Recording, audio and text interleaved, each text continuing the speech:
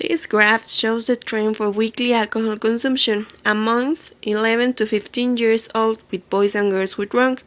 The trend amongst young people show a persistent rate of increase, with girls catching up on boys. Boys began in 1992 with 7 units of alcohol for consume until 1994. The consume remaining constant, but for 1996 the consume shot up until 10 units of alcohol and started surging gradually until 2001. In that year, fell to allow from 12 to 10.8 units, as in 2003. Then the consume increased gradually, and for 2007, the total of units of consume in boys were 13 per week.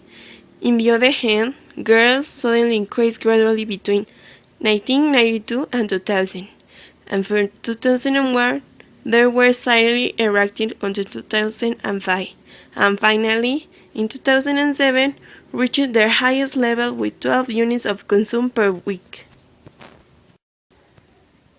The second graph shows the percent of consume about drugs and alcohol, the past month, the last year, and nowadays.